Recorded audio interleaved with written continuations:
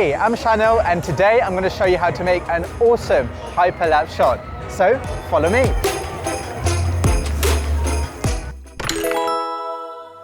Mount your ONE X2 on the invisible selfie stick, set the ONE X2 to record 5.7K 360 video and press record.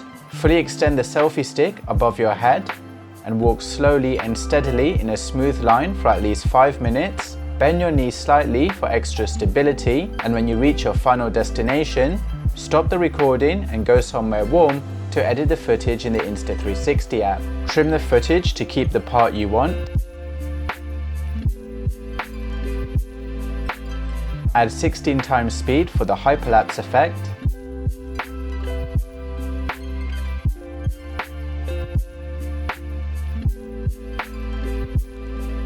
Add keyframes to point your audience in the direction where interesting things are happening.